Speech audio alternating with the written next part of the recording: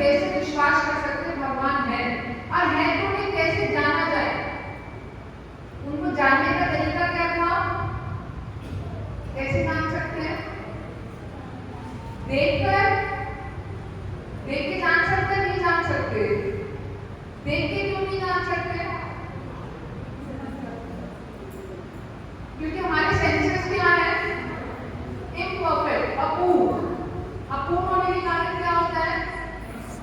हम देखते हैं वो सही भी हो सकता है और जैसे हमें हमारी पीठ की दिखती, लेकिन इसका मतलब ये तो अपना पीठ है ही नहीं। कोई देख सकता है अपनी पीठ, पर पीठ है। सूरज कैसा दिखता है, लेकिन कितना बड़ा है।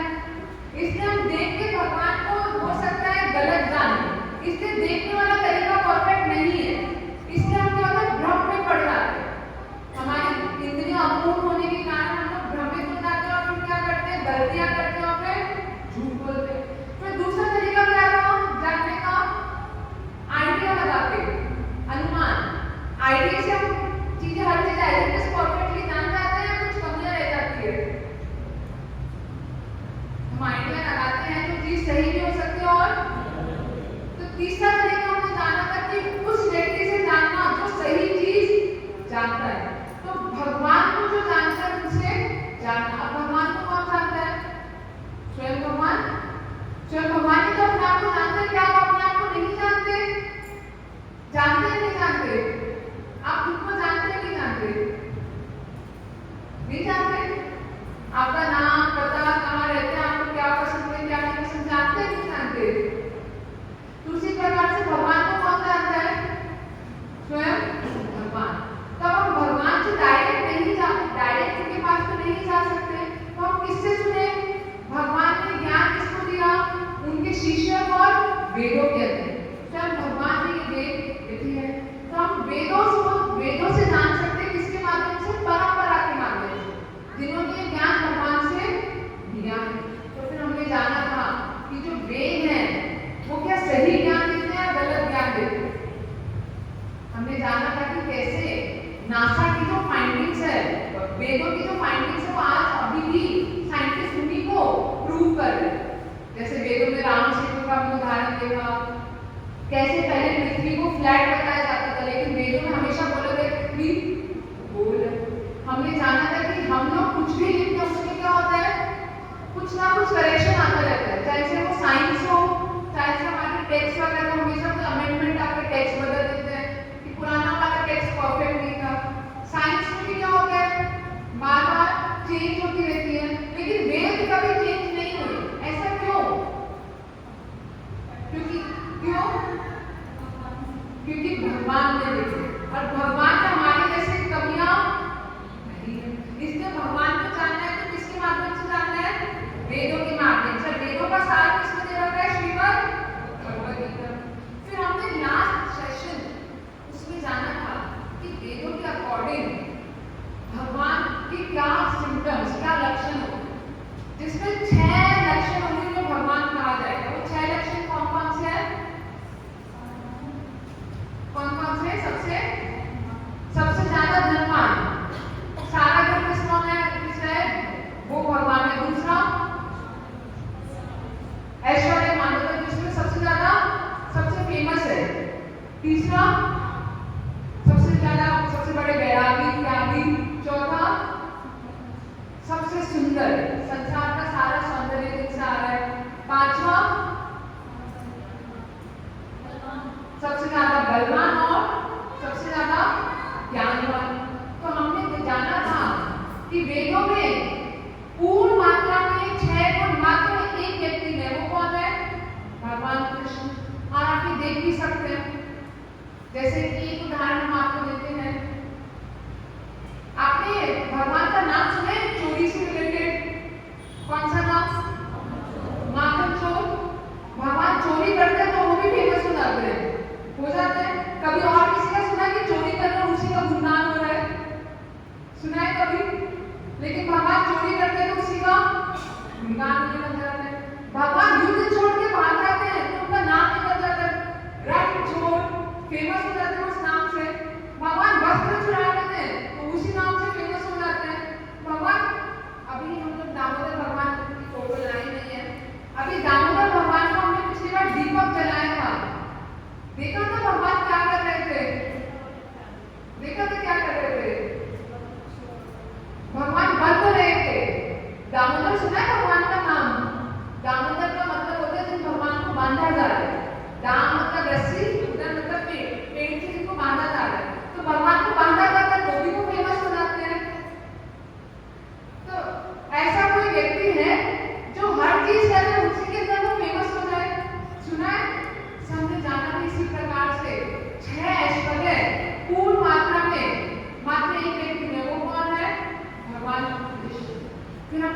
अच्छा, देवी देवता और भगवान का क्या रिलेशन है?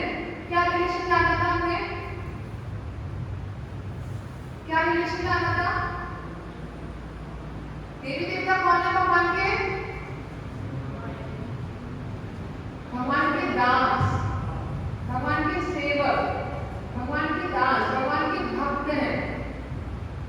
हमने जाना था कॉन्स्टिट्यूशन, एक पार्लियामेंट के अंदर कितने सारे मिनिस्टर होते हैं? बहुत सारे होते हैं, लेकिन प्राइम मिनिस्टर कितने होते हैं? एक ही होते हैं। और प्राइम मिनिस्टर के अंदर ही, प्राइम मिनिस्टर के निर्देशन में ही बाकी सारे नेता क्या कर रहे होते हैं? अपना कार्य कर रहे होते हैं। सब प्रधानमंत्री के निर्देशन में ही कर रहे होते हैं लोग। तो ऐसे हमने जाना था कि परम भगवान कौन है? भगवान कृष्ण। और बाकी सारे देवी देवताएं भगवान कृष्ण के निर्देशन में ही कार्य कर रहे हैं। और वो देवी देवताएं भी प्रसन्न होंगे जब हम किसको प्रसन्न करेंगे? भगवान कृष्ण। ये हमने तीसरे सेशन तक जाना। अब आज के सेशन में हम जान रहे हैं कि मैं कौन हूँ। भाई हम चाहते हैं कि भगवान हमारी समस्या को सॉल्व करे। हमें जाना कि भगवान है, भगवान कौन है, हमारी समस्याएं क्या है। पर हम ये तो जाने कि हमारा क्या संबंध है भगवान से। भाई भगवान क्यों हमारी समस्या सॉल्व करेंगे? डॉक्टर के पास जाते हो, डॉक्टर आपकी प्रॉब्लम सॉल्व करते हैं क्योंकि वो फीस देता है। भगवान को भी ना हमसे फीस दे रहे, तो भगवान क्यों हमारी समस्या सॉल्व करेंगे? हमारा क्या रिलेशन है भगवान से? तो आज हम जानेंगे कि मैं कौन हूँ। हमारी सारी शिक्षाएं डिवाइन ग्रेस ऐसी भक्तिवेदांत स्वामी श्रील प्रभुपाद क्या शिष्य शिक्षाओं पर आधारित है। यहाँ पे बता रखा है, हमने बचपन से सुना है कि हम लोग कौन है? हम लोग सुनते आए हैं कि हम लोग आत्मा है, इसे सुनते आए हैं। अच्छा, एक चीज करिए आप सभी लोग अपने सिर को टच करें, सिर को, हाथ को, पाँव को। अच्छा, आप अपने खुद को टच करें, खुद को। आप क्या है? हम बोलते हैं मेरे सिर में दर्द हो रहा है, पाँव में दर्द हो रहा है, मेरे लंग्स में खराबी है। तो फिर मैं कौन है? कौन है ये मैं? मैं कौन है? मैं है आत्मा। ये पाँव किसके हैं? मेरे। ये सिर किसका है? मेरा। ये हाथ किसके हैं? मेरे। लेकिन ये मेरा है कौन? हम बोलते हैं मेरी किडनी के अंदर प्रॉब्लम है, मेरे लंग्स में प्रॉब्लम है, हाँ मेरे इसमें दिक्कत है, पर ये मेरा है कौन? ये मेरा कौन है? आज हम उसी को जानेंगे। हम सुनने आए हैं कि हम आत्मा है, लेकिन वास्तव में ये सच है झूठ है? वास्तव में हम आत्मा है या कोई और है? इसकी प्रूफ आज हम देखने वाले हैं। यहाँ बताया गया है कि जो आत्मा है इस शरीर के अंदर रहती है। इसी के प्रूफ आज हम जानने वाले हैं कि आत्मा वास्तव में सच्चाई है या मात्र एक कल्पना है। अच्छा, कोई व्यक्ति मर जाता है तो हम लोग क्या बोलते हैं? क्या बोलते हैं? कोई मर जाता है तो क्या बोलते हो? कुछ बोलते हो? नहीं बोलते? क्या बोलते हो?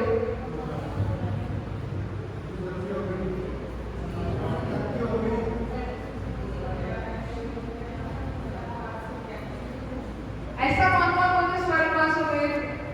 कोई बोलता है कि उनका स्वर्गवास हो गया, वो चले गए। बोलते कि यहाँ वो तो चले गए, सुना है?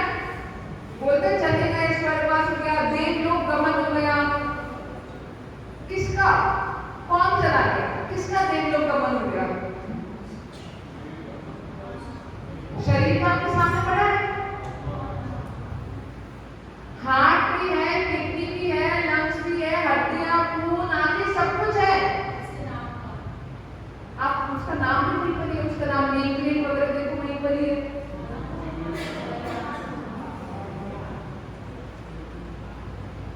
कौन गया? लंग्स, किडनी,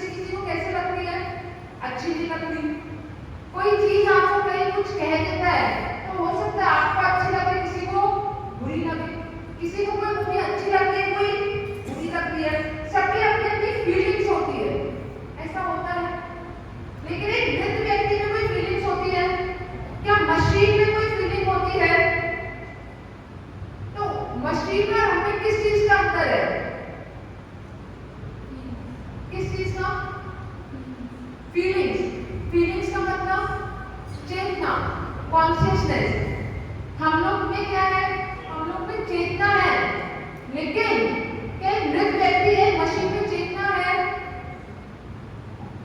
आप सड़क पे जाते हैं, सड़क पे आपको बहुत सारे मरे हुए जानवर मिल जाते हैं, उसमें कोई गाड़ी वगैरह जाएगी तो उस जानवर को कुछ फील होगा? कुछ भी फील होगा, लेकिन जब वो जिंदा था तो उसको फील होगा नहीं होगा? क्या अंतर है मरे हुए जीवन में? एक में चेतना है और एक में चेतना नहीं है। और ये चेतना कहाँ से आ रही है? क्या लंग्स, किडनी वगैरह से आ रही है? आत्मा से आ रही है।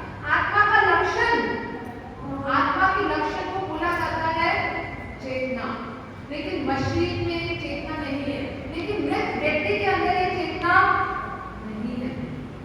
तो इससे हमें पता लगता है कि हम लोग क्या है, चेतन जीव। हम लोग क्या है, दो चीज होती है, एक तो मैटर और एक चेतन। चेतन का इंग्लिश में क्या बोलेंगे? मैटर को हिंदी में क्या बोलेंगे? स्थूल पदार्थ। एक तो पदार्थ, एक स्थूल पदार्थ और एक चेतन। इस संसार में दो ही चीज है, या तो कोई स्थूल चीज है या फिर स्थूल पदार्थ है, या फिर क्या है, कोई चेतन वस्तु है। चेतन वस्तु मतलब लिविंग बीइंग्स, मतलब चेतन वस्तु मतलब जो फील कर सकते हैं, जो सोच सकते हैं, जो समझ सकती है। लेकिन स्थूल पदार्थ का मतलब जिसके अंदर कोई चेतना नहीं है। और ये चेतना कहाँ से आ रही है? आत्मा से। ऐसे ही सोल का तीसरा ग्रुप नियर डेथ एक्सपीरियंस या फिर आउट ऑफ बॉडी एक्सपीरियंस। जब एक व्यक्ति मरने वाला होता है तो आप कभी कभी देखिएगा वो व्यक्ति पगला जाता है, पागल जैसी हरकतें करने लगता है जब मरने वाला होता है। ऐसा क्यों? ऐसा क्यों? आप कभी डॉक्टर के पास जाएंगे तो डॉक्टर बता नहीं देते। कभी कभी जो व्यक्ति मरने वाला होता है उनकी है ना ऐसे घूर घूर की आवाज आने लगती है, ऐसा करके तो डॉक्टर बोल देते हैं कि अभी जाने वाला है। ऐसा क्यों? वो व्यक्ति क्यों ऐसा अजीब गरीब हरकतें करने लगता है? जानते हैं क्यों? क्योंकि वो ये देख पा रहे हैं कि उसको यहाँ से कोई लेकर जा रहा है, उसके शरीर से उसको निकाल ले जा रहा है। एक जो व्यक्ति मरने वाला होता है उसको बोलते हैं नियर डेथ एक्सपीरियंस। ये चीजें फील कर पाता है। वास्तविकता है। आप डॉक्टर से पूछा, आप देखिए अपनी लाइफ के अंदर बहुत लोग आपको ऐसे ना मरने से पहले अजीब अजीब घटने करने लगते हैं। क्यों? क्योंकि वो देख पाते हैं कि हमें कोई शरीर से निकाल, जब जैसा आप इस फोटो में देख रहे हैं कि क्या हमारे इसके हार्ट में डॉक्टर्स उसको जगाने की कोशिश कर रहे हैं, लेकिन वहाँ पे ऊपर क्या है, आत्मा देख रही है। कभी कभी डॉक्टर्स भी होता है कि जो बेहोश व्यक्ति होता है ना, वो उनके वापस बोल देता है आपने मेरे साथ ऐसा क्यों करा, ऐसा क्यों करा, क्योंकि वो अपने शरीर से बाहर आ जाता है। जब एक व्यक्ति को जलाया जाता है तो वो सोचता है कि इनको क्यों जलाया जा रहा है।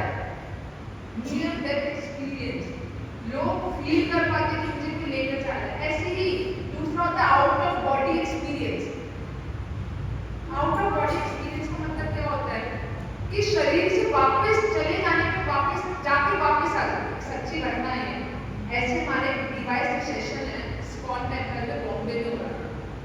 तो बॉम्बे में जब ये बता रहे थे आउट ऑफ बॉडी एक्सपीरियंस, एक व्यक्ति ने बताया कि उनके साथ सच में हो गया था।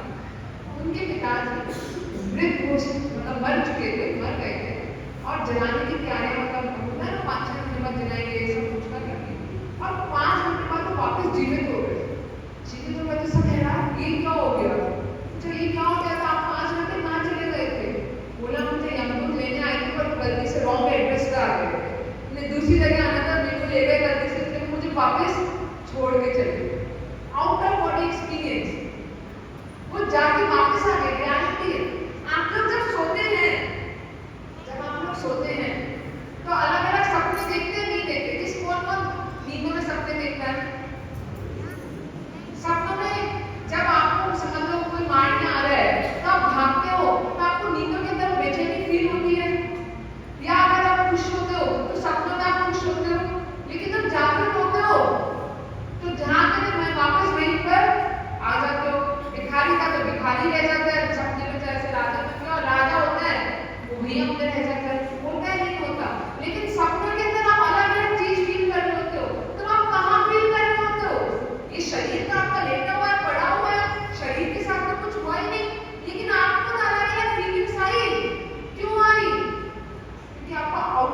एक्सपीरियंस मिला, ऐसा एक्सपीरियंस हमें शरीर से नहीं ले पाए। इसके अनेक उदाहरण हैं। साइंस ने भी ये रिसर्च करा है आउट ऑफ बॉडी एक्सपीरियंस का, कि लोग, एक साइंटिस्ट है उसने रिसर्च करा कि ऐसा क्या होता है जीवित व्यक्ति और मृत व्यक्ति के अंदर, कि जीवित व्यक्ति को सब कुछ सही सलामत है और मृत व्यक्ति सही सलामत होते हुए भी वो बोलना बंद कर देता है, चलना बंद कर देता है, वापस जीवित नहीं हो पाता। उन्होंने यही कंक्लूजन निकाला था साइंटिस्ट ने कि कुछ एक चीज है जो एक मृत व्यक्ति को छोड़ के चल जाता है, पर साइंस इतनी आगे नहीं बढ़ पाई कि उस चीज को पहचान पाए। हम वेद हमारे जो वेद तो पहले से बता रहे वो चीज क्या है, आत्मा। ऐसे व्यक्ति को नियर डेथ एक्सपीरियंस और आउट ऑफ बॉडी एक्सपीरियंस अनेक प्रकार से फील होते हैं। बहुत बार लोग शरीर छोड़ के भी वापस आ जाते हैं। ये तीसरा रूप है आत्मा का, हम इसे फील कर सकते हैं, अनेक प्रकार के रूप हम फील कर सकते हैं। चौथा रूप है पास्ट लाइफ मेमोरीज, अपने पूर्व जन्म की घटनाएं। कुछ लोगों को पूर्व जन्म की घटनाएं याद आती है। एक उदाहरण देते हैं यहाँ पे, एक लड़की है, ये अपने भारत की है, इसका टाइम्स ऑफ इंडिया के अंदर इसका 2005 के अंदर इसके ऊपर लेख छपा था। ये जो लड़की है छोटी सी लड़की, इसका नाम है मनीषा। जब ये 4-5 साल की थी ना, ये बोलना शुरू करी, तो ये ऐसे बोलती थी कि देखो मैं यहाँ नहीं रहती, मैं यहाँ नहीं रहती, मुझे उस गाँव में लेकर चलो, मेरा नाम सुमन है। बार बार जिद करने लगी कि मैं वहाँ रहती हूँ, मेरे मतलब माता पिता का नाम ये है, वो मेरे को वहाँ लेके चले। तो जब वहाँ लेके गए ना, तो वास्तव में सारी चीजें पहचान के बता दी, मैं ऐसी सी ये थी, 15 साल की जब मैं थी, मेरी टाइफाइड से मृत्यु हो गई थी, और ये मेरे माता है, ये मेरे पिता है, हर चीज उसने बता दी। ऐसे ही एक scientist Adam Stephenson, university of Virginia में, उसने 2000 केस ऐसे उन्होंने रिसर्च करे जिसमें लोगों को अपनी पुराने जन्म की यादें काफी याद आई। अब अगर हम ये शरीर होते तो जब हम मर जाते तो फिर हमें अगला जन्म किसको मिला, पुराना जन्म किसका याद आया। अब ये शरीर है, ये मर गया, जल गया, तो फिर अगला जन्म की बात ही कहाँ से आई। इसका मतलब ये शरीर नहीं है, हम कोई और है, हम आत्मा है। ये चौथा प्रूफ, 5 प्रूफ हम आपको देने वाले थे। ऐसे ही 5वां प्रूफ ये है, ये एक एक्सरसाइज है। इस एक्सरसाइज में आपको क्या करना होगा, आपको अपनी आंखें बंद करनी होगी, और जहां मैं लेके चलती हूँ वहां चलिए मेरे साथ। आंखें बंद करिए, सभी लोग प्लीज अपनी आंखें बंद करें, और जहां मैं लेके चल रही हूँ वहां चलिए। अभी आप मात्र 15 साल के हैं, आप 15 साल के हैं और आपको बहुत खेलना कूदना, दोस्तों के साथ जाना अच्छा लगता है। आप लाइफ में कुछ एडवेंचर करना चाहते हैं कि आप, मेरे को लद्दाख जाना है बाइक से, मैं कुछ एडवेंचर करना चाहती हूँ, मेरे बहुत एम्बिशंस है, कुछ बड़ा करना चाहती हूँ, लेकिन कुछ कंफ्यूजन भी है कि लाइफ में आगे चल के क्या करना। ऐसा 15 साल के मन आप ये सोच रहे हैं। फिर आप थोड़े और बड़े हुए, आप 30 साल के हो गए, और 30 साल के अंदर अब आपकी शादी हो चुकी है, आपका एक बच्चा भी है, आप कमा रहे हैं, पैसा कमा रहे हैं, लेकिन आप पूरी तरीके से सेटल नहीं हुए। आपकी कुछ उम्मीदें हैं, आप फाइनेंशियली स्ट्रॉन्ग होना चाहते हैं, आप खुद का बड़ा सा मकान बनाना चाहते हैं। आप जब दुकान पे मेहनत करते हैं, शॉप पे मेहनत करते हैं, तो घर लौट के आपको बड़ा फैमिली के पास, मेरा परिवार मेरा इंतजार कर रहा है, बड़ा सुकून मिलता है। अब आप थोड़े और बड़े हो गए, अब आप 45 साल के हो गए, अब आप अपने जीवन में सेटल हो चुके हैं। आप जो करना चाहते थे, जो दिखाना चाहते थे, सब कुछ वो आपने दिखा दिया कि मैं इतनी महान हूँ। अब आप क्या चाहते हैं, आप घूमना फिरना नहीं, शांति से जीवन बिताना चाहते हैं, और क्या चाहते हैं कि मेरे बच्चे भी लाइफ में सेटल हो जाए। फिर आप आगे और आगे बढ़े, अब आप जीवन में आगे बढ़ के 60 ईयर्स के हो गए। अब आपके बाल क्या हो गए, बाल सफेद हो गए, दांत गिरने लगे,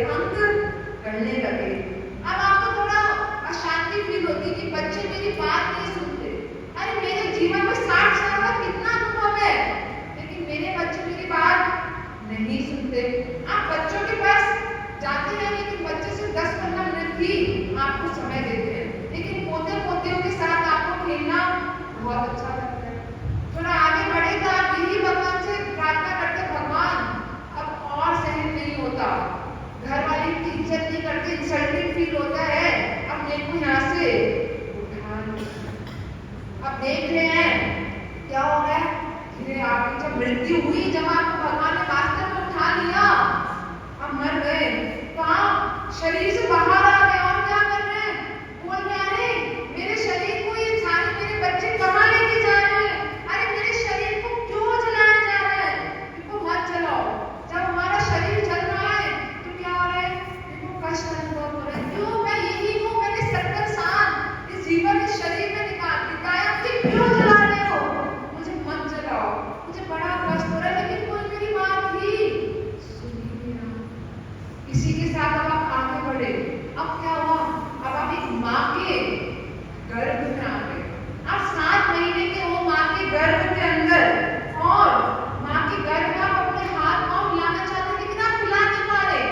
आपके हाथ पाँव क्या हो गए? सिमट गए, आपका घुटन हो रहा है। माँ के गर्भ में मल मूत्र कीड़े मकोड़े को काट के आप भगवान से प्रार्थना करो, हे भगवान प्लीज मेरे को यहाँ से निकाल दो, बस मैं यहाँ से निकल के आपके भजन ही करूंगा, वापस मुझे ऐसी तकलीफ मत दो। पर आपका जन्म हो गया। जन्म में आपको इतना कष्ट हुआ, इतना कष्ट हुआ कि आप सब कुछ भूल गए। अब क्या हुआ? अब आपको सब एक नए नए नाम से बुलाने लगे। सब लोग, सब बच्चे आपके साथ खेलने लगे। आपको अपनी माता पिता की गोदी में खेलकर बहुत अच्छा लगने लगा, और आप अपना सारा दुख सब भूलकर भगवान से क्या प्रार्थना की थी वो सब भूल चुके। अब आपकी नई पहचान। हरे कृष्ण। अब आप अपनी यात्रा से बाहर आ जाइए। अब आपने जो यात्रा करी शुरू से लेकर एंडिंग तक, उसके अंदर आपका जो 15 साल के शरीर था वो कहाँ गया? जब आप 15 साल के थे वो शरीर अब कहाँ गया? कहाँ गया? हमारा तो शरीर हर सेकंड बदल रहा है ना। साइंस में हमने यही सुना है, पढ़ा है कि हमारा हर सेकंड शरीर बदल रहा है, हर सेकंड एटम्स में चेंज हो रहा है। तो शरीर कहाँ गया?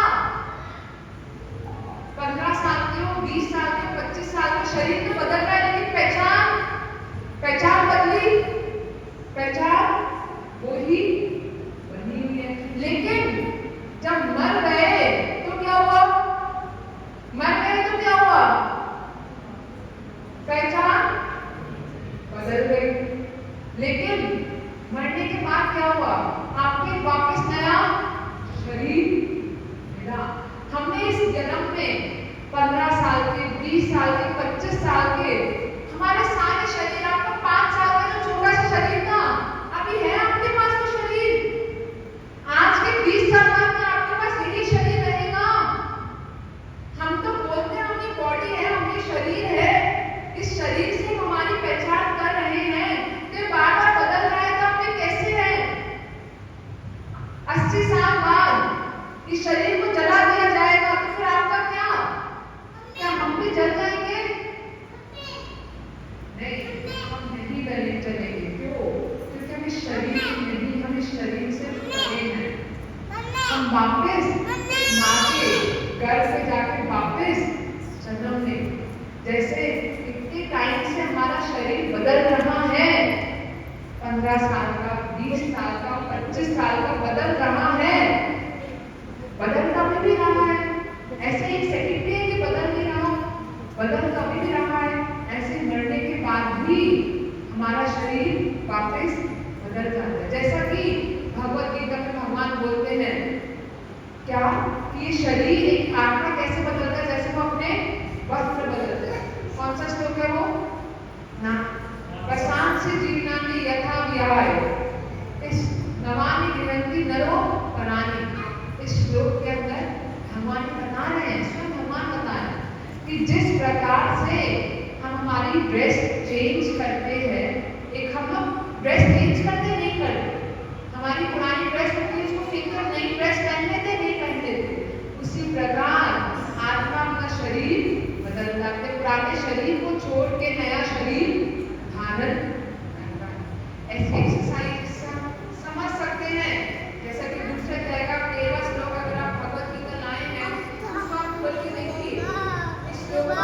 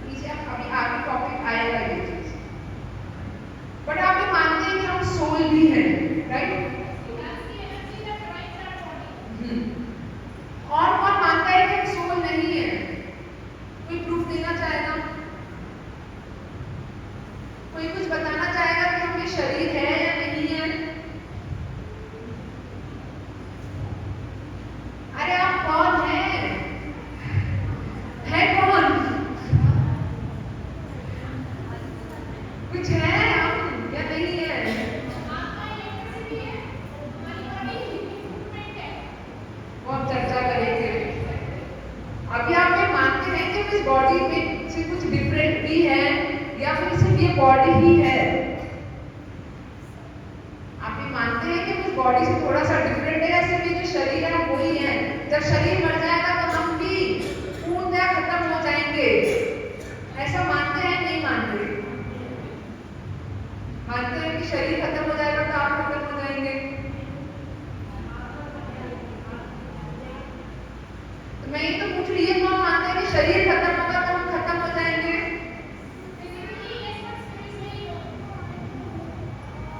That is a confusing answer we will discuss, है ना? क्योंकि आत्मा और बॉडी का वो है ना रिलेशन, वो आप बताएंगे। अभी तक आत्मा और बॉडी का रिलेशन नहीं आया। जब हम वो रिलेशन समझेंगे ना, तो ये डाउट है ना कि आत्मा की बॉडी के बिना हमारा अस्तित्व है ही नहीं, वो तब हम समझ पाएंगे इस डाउट। पर इससे हम ये तो समझ ही सकते हैं कि हम इस बॉडी के अलावा भी कुछ हैं। अगर कल को आपकी डेथ हो जाती है तो आपके शरीर से क्या होगा? आपके सामने एक मृत शरीर होता है तो उसके शरीर से क्या कम होता है? Heart, lungs, kidney.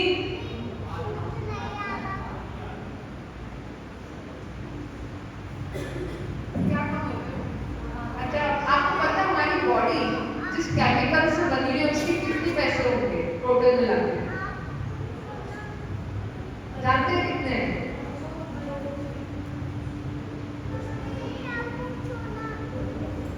जानते हैं हमारी बॉडी जो केमिकल से बनी उनकी टोटल मिला के कितनी रेट है? मात्र 210 रुपए।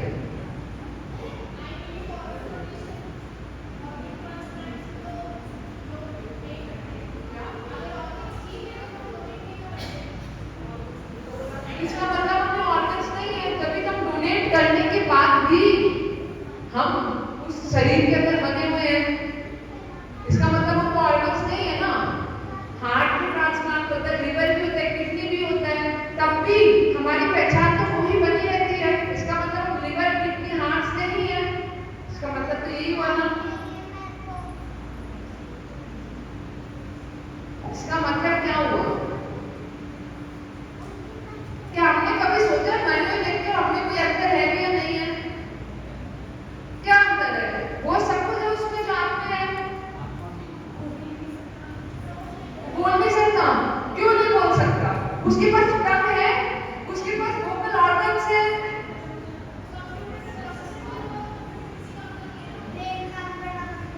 उसके पास ब्रेन भी है,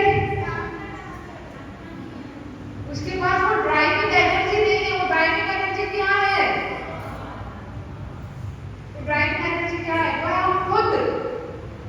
जब वो व्यक्ति मर जाता है हम क्या बोलते हैं कि वो व्यक्ति अब इस संसार से चला गया। उसका नाम वगैरह हम बोलते हैं कि ये फलाना फलाना चला गया, अब इस शरीर को जला दो। यही तो बोलते हो, इस शरीर को जला दो, अब कुछ काम का नहीं है शरीर, थोड़ी देर में गंदी मारेगा और कुछ नहीं करने वाला, है ना? गंद मारेगा, इसको जला दो। कुछ लोग क्या होते हैं, पशु पक्षी, कुछ धर्मों के अंदर पशु पक्षी को खाने के लिए दे देते हैं, कुछ को दफना देते हैं। ऐसे ही तो करते हैं ना। क्या अंतर है उस शरीर में हमारे में? इसमें वो ड्राइविंग एनर्जी नहीं है। वो ड्राइविंग एनर्जी क्या है? आत्मा। जानिए हम कौन है। हम हमारे शरीर का इतना ध्यान रखते हैं। क्यों रखते हो? क्योंकि हमें लगता है कि जब ये शरीर ही हमारे लिए सब कुछ है, यही हम सोचते हैं कि हमारा ये बॉडी हमारे लिए सब कुछ है, यही सोच के हम इसका इतना ध्यान रखते हैं। लेकिन क्या हम उस चीज का भी ध्यान रखते हैं जिससे हमारी ये बॉडी चल रही है? उसका ध्यान रखते हैं नहीं रखते? इस टॉपिक को, हालांकि टॉपिक बाद में आने वाला है, कभी हम चर्चा करेंगे, पहले नहीं करेंगे, फिर हमारी स्लाइड्स के ऊपर नहीं छोड़ देंगे और टाइम रिस्पेक्टेड। पहले आपको जानना होगा कि हम कौन हैं और इसके अनेक प्रूफ हैं। अगर हम सोचेंगे तो हमें प्रूफ मिलेंगे। हम सोचेंगे ही नहीं, हम दिमाग के गेट को बंद करके लॉक करके रख देंगे कि उसमें कुछ गलती से घुस ना जाए, तो कैसे काम बनेगा? हमें हमारे दिमाग के दरवाजे खोल के सोचना होगा। कि 5 सेशन में कोर्स है ना, एक्चुअली बहुत डीप है।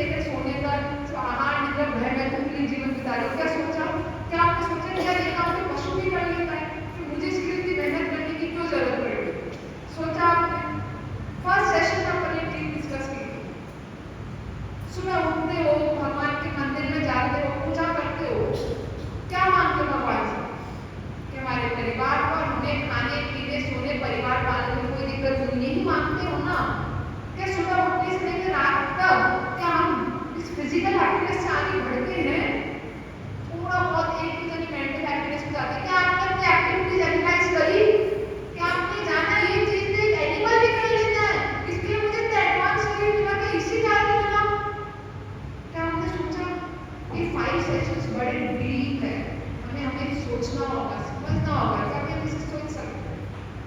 ऐसे जैसे अभी हमने जाना कि एक लिविंग एंटिटी और एक डेड में क्या अंतर है। तो आप ये सोचिए, समझिए, क्या सच में हम आत्मा ही है या कोई और है?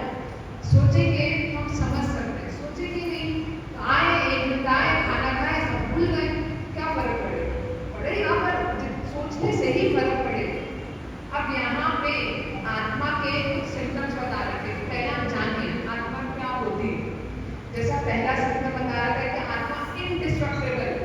भगवत गीता में भगवान बोले नैनम चिरंती शस्त्राणि नैनम दहति पावक। मेरे पास टाइम का नहीं था, भगवत गीता में खोल के देख सकते हैं, दूसरा अध्याय का 23वां श्लोक शायद है, हाँ 23वां श्लोक है। इसके अंदर ही बता रहा है कि जो आत्मा है इसको किसी भी हथियार से मारा नहीं जा सकता, इसे किसी भी तरीके से मार नहीं सकते। हम किसी का मर्डर करते हैं, कोई मर जाता है, शरीर का होता है, आत्मा को कोई मार नहीं सकता। और आत्मा की क्या होती है? इंडिविजुअल, उसका एक अपना अस्तित्व है। आत्मा का एक स्वतंत्र अस्तित्व है। ऐसा करके हम ये सोचे कि हम जब मर जाएंगे तो आत्मा का अस्तित्व खत्म हो जाएगा। नहीं, ऐसा नहीं है। अगर ऐसा होता तो ये जो पास्ट लाइफ के केसेस जो देखे कि लोगों ने अपने पुनर्जन्म की कथाएं सुना दी, ये संभव नहीं हो पाता। उसका एक अलग अस्तित्व पहले भी था, अब भी है, इसलिए वो अपना पुराने जन्म की बात बता सकते हैं। आत्मा का अस्तित्व कभी खत्म नहीं होगा। इसमें भगवान ने भगवत गीता में अर्जुन को कहा आत्मा का एक फॉर्म और पर्सनालिटी है। जैसा आप माता जी बता रहे थे कि आत्मा एक ड्राइविंग फोर्स है, लेकिन भगवत गीता में भगवान बता रहे हैं कि आत्मा सिर्फ ड्राइविंग फोर्स नहीं, उसका एक फॉर्म भी है और उसकी एक पर्सनालिटी भी है। और आत्मा क्या करती है? शरीर को बदलती है, आत्मा अपनी बॉडी को बदलती है। जैसे हमारे कपड़े बदलते हैं, भगवान ने भगवत गीता में कहा वसांसि जीर्णानि यथा न्याय, कि जैसे हमारे कपड़े बदलते हैं वैसे आत्मा भी जब एक शरीर पुराना लीन हो जाता है, खराब हो जाता है, तो उसको बदल लेती है। पर आत्मा का साइज क्या है? प्रश्न उठता है कि हम आत्मा को देख क्यों नहीं पाते? क्यों नहीं देख पाते? क्योंकि आत्मा का साइज बहुत छोटा है। कितना छोटा? हमारा जो बाल है ना, उसका जो टिप है उसका 10,000वां हिस्सा। शास्त्रों के अंदर, वेदों के अंदर एक माप बता रहा है। अब एक बाल को 10,000 भाग में काटो, कोई भी माइक्रोस्कोप इस संसार में इतना स्ट्रॉन्ग नहीं है कि बालों की टिप को 10,000 में भाग में काट के आत्मा को देख सके। क्या आत्मा का साइज है? आत्मा क्या है? अचिंतनीय, इनकंसीबल, मतलब अचिंतनीय। आत्मा क्या है? हमारी सोच से परे, क्योंकि हमने देखा नहीं, जाना नहीं, समझ नहीं पा रहे, इसलिए हम देख नहीं सकते ना, उसको फीचर्स नहीं जान पाते, इसलिए हमारी सोच से परे। और आत्मा रहती कहाँ है? हमारे हार्ट के अंदर, हृदय के अंदर आत्मा है। फिर बोलेंगे हार्ट ट्रांसप्लांट हो गया तो क्या आत्मा ट्रांसप्लांट हो गई? नहीं, ऐसा नहीं है। अगर आप गाड़ी में बैठे हैं, सीट चेंज हो गई, इसका मतलब ये थोड़ा ड्राइवर चेंज हो गया, ड्राइवर को वहाँ बिठा के वापस वो सीट आ जाती है। स्टीयरिंग चेंज हो गया तो मतलब ये थोड़ा ड्राइवर चेंज हो गया, ऐसा थोड़ी ना होता है। ड्राइवर तो वापस वही रहता है। तो आत्मा का ऐसा नहीं, आत्मा रहती है ना। आत्मा की सिम्टम्स क्या है? आत्मा का वो क्या है? आत्मा है सच्चिदानंद में। क्या है? सच्चिदानंद। सच्चिदानंद का मतलब क्या है? सच मतलब सत्य, मतलब पूर्ण, शाश्वत। आत्मा कैसी है? परमानेंट, शाश्वत, वो कभी मरती नहीं। आत्मा कैसी है? फुल ऑफ नॉलेज, पूर्ण ज्ञान में, पूर्ण चेतन और आनंद में। आप जानते हैं हम इस संसार के अंदर हर जगह हर चीज में खुशी क्यों ढूंढते हैं? ढूंढते हो नहीं ढूंढते? जानते हैं क्यों? क्योंकि हमारा जो वास्तविक स्वरूप है ना, हम आत्मा है, और आत्मा होने के नाते हमारा जो वास्तविक स्वरूप है वह आनंद है, इसलिए हम खुशी ढूंढते हैं। आप जानते हैं संसार में कोई व्यक्ति मरना नहीं चाहता, कोई भी नहीं चाहता। हम सोचते हैं कि 100 साल की हो जाएगी तो मर जाएंगे, लेकिन आप 90 साल के व्यक्ति से पूछिए, वो भी चाहता है कि नहीं अभी ढूंढना, कुछ समय बाद। आप 500 साल बाद पूछिए, नहीं अभी नहीं, कुछ समय बाद। कोई वास्तव में कोई मरना नहीं चाहता। क्यों? क्योंकि हम आत्मा में जो है, आत्मा का स्वरूप है वो शाश्वत है। और शाश्वत होने के नाते हम क्या चाहते हैं? हमारी आइडेंटिटी इस शरीर से करते हुए परमानेंट रहना चाहते हैं और हमेशा कुछ ना कुछ जानना चाहते हैं। नहीं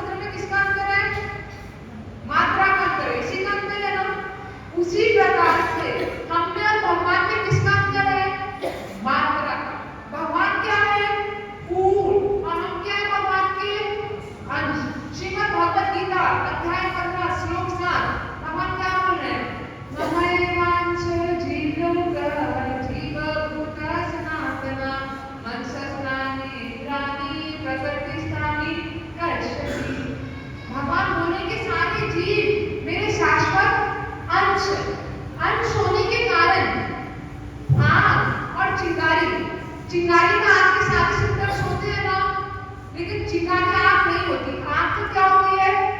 अंश होती है। समुद्र की बूंद, समुद्र का क्या होता है? अंश होता है। उसी प्रकार से हमें भी भगवान के सारे सिम्टम्स पर अंश होने के कारण किसमें है? छोटी मात्रा में। और भगवान की क्या है?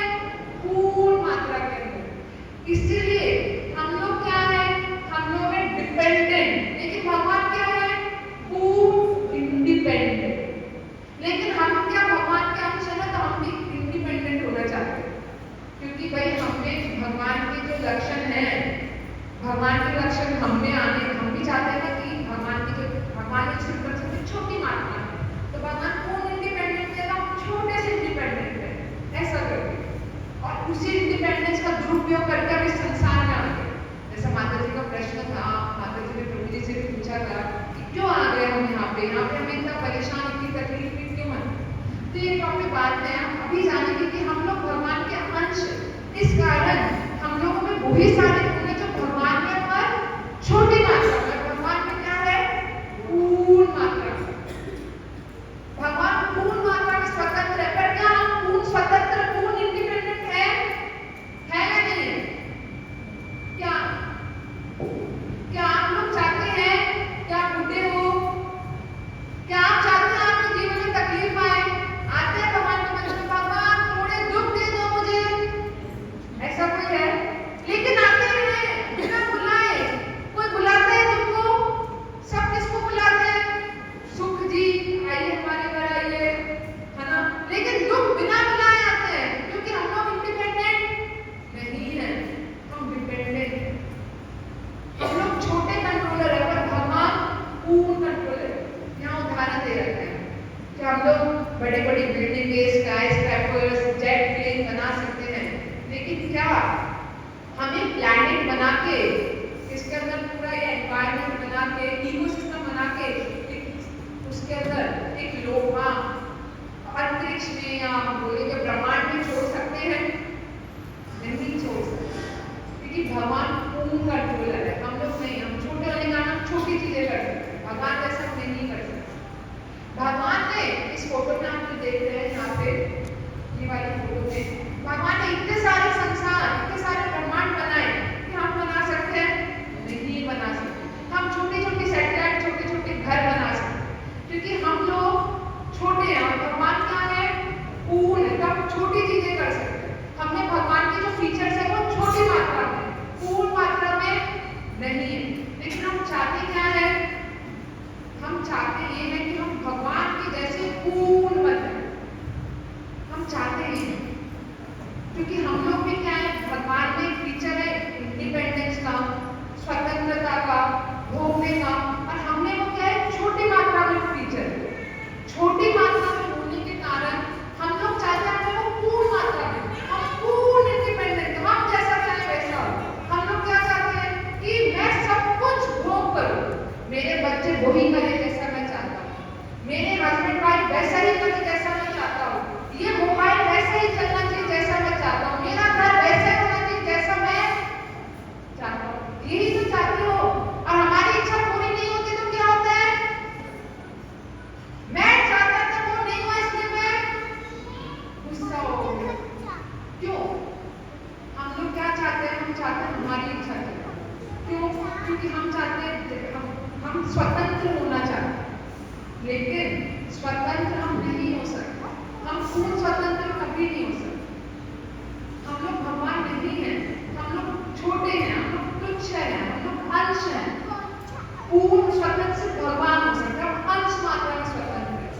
और हमने जब भगवान से जिद करा, नहीं भगवान मेरे को आपके जैसे स्वतंत्र होना है, तो भगवान ने कहा, भगवान ने हमें समझाया कि नहीं, ऐसा नहीं कर सकते, तुम्हें ईर्ष्या है, मेरे जैसे नहीं बन सकते, कि तुम्हें ईर्ष्या है। लेकिन हम भगवान की बात नहीं सुने। भगवान ने फिर कहा, मेरी बात नहीं सुने तो जाओ इस भौतिक संसार में, और देखो स्वतंत्रता का क्या फायदा है, स्वतंत्रता का क्या नुकसान है। और इस कारण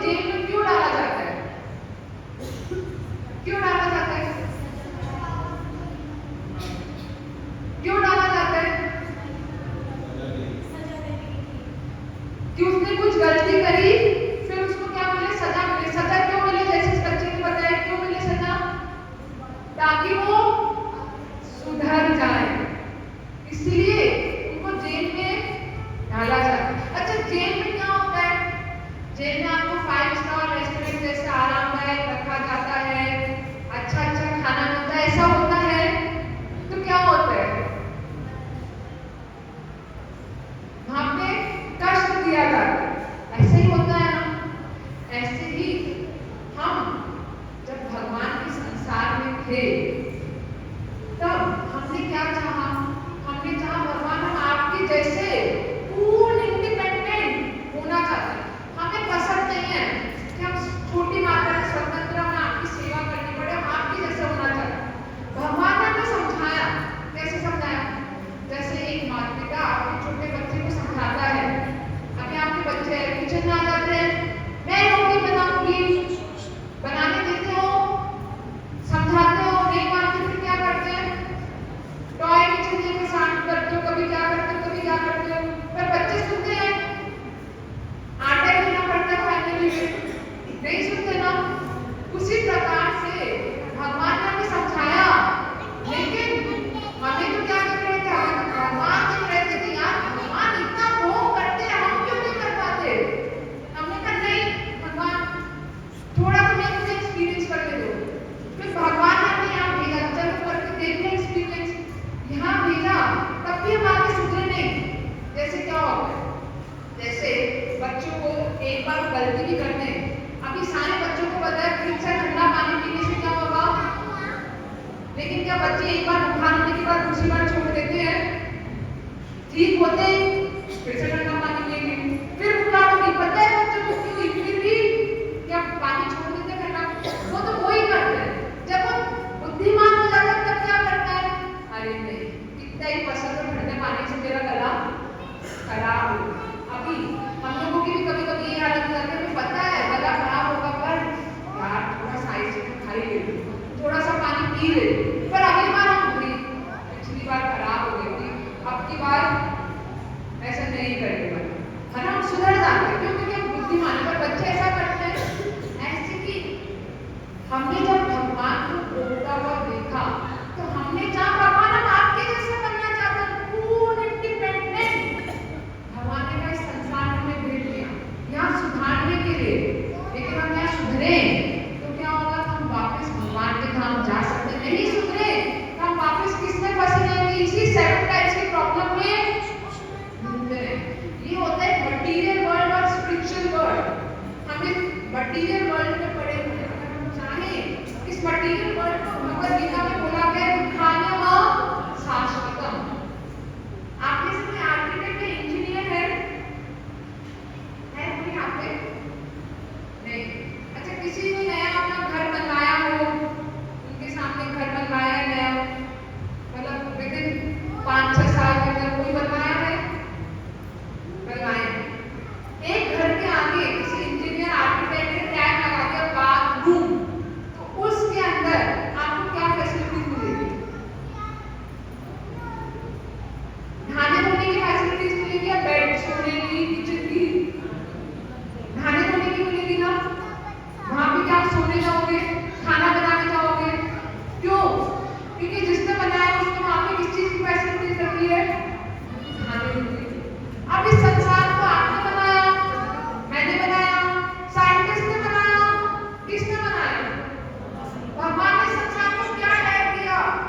बोलिए श्रीमद् भगवद गीता 8वां अध्याय श्लोक नंबर शायद 15वां होगा, याद नहीं आ रहा मुझे, 15वां। उसमें भगवान ने टैग दिया दुःखान्यम शाश्वतम। आलिया, आलिया का मतलब होता है घर। ये संसार क्या है? दुखों का घर है। और क्या है यहाँ? टेम्परेरी। और शाश्वत मतलब टेम्परेरी। यहाँ सुख हो दुख हो सब कुछ क्या है? टेम्परेरी है। सब कितना ही कोशिश कर लो कि मेरे जीवन में ये सुख परमानेंट रहे, नहीं रहेगा। मेरे जीवन में दुख परमानेंट रहे, नहीं रहेगा। मैं परमानेंट रहूं, नहीं होगी, क्योंकि जिसने बनाया उसने ये टैग लगाया। हमें इस देश से जाना गया सुधारने के लिए, लेकिन हम क्या करते हैं? हम इससे बाहर निकलने का प्रयास ही नहीं करते। जिस दिन सुधर जाएंगे उस दिन हम भगवान के नाम जा सके। यहाँ पे उदाहरण दिया हमारे जो परम पिता है भगवान, वो बहुत अमीर है, उनके पास सब कुछ है। हमने पिछले सेशन में देखा करने से वो पूर्ण धनवान है, और उनके बेटे होने के नाते बच्चों को पिता की वसीयत में वो मिल जाए ना, उनकी जमीन प्रॉपर्टी वगैरह, तो भगवान का भी हमें ध्यान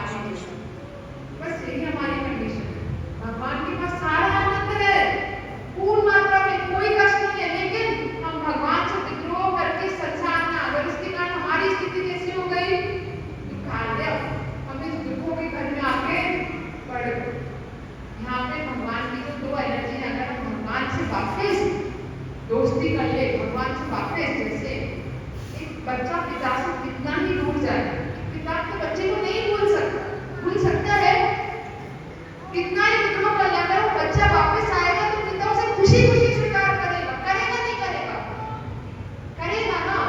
उसी प्रकार से भगवान बहुत कृपालु है। लोग प्रश्न पूछते हैं, अरे भगवान कृपालु नहीं, अरे भगवान जितना करुणा में कौन है? हम इस संसार में आए, भगवान हमें बाहर निकालने के लिए दुखों से हमें शास्त्र दिए, भक्त दिए, स्वयं भगवान इस संसार में आते हैं, इस जेल में आते हैं, ये बताने के लिए कि इस दुख में संसार में निकलो यहाँ से। तब भी हम भगवान की तरफ मुड़ना नहीं चाहते तो भगवान क्या करेंगे?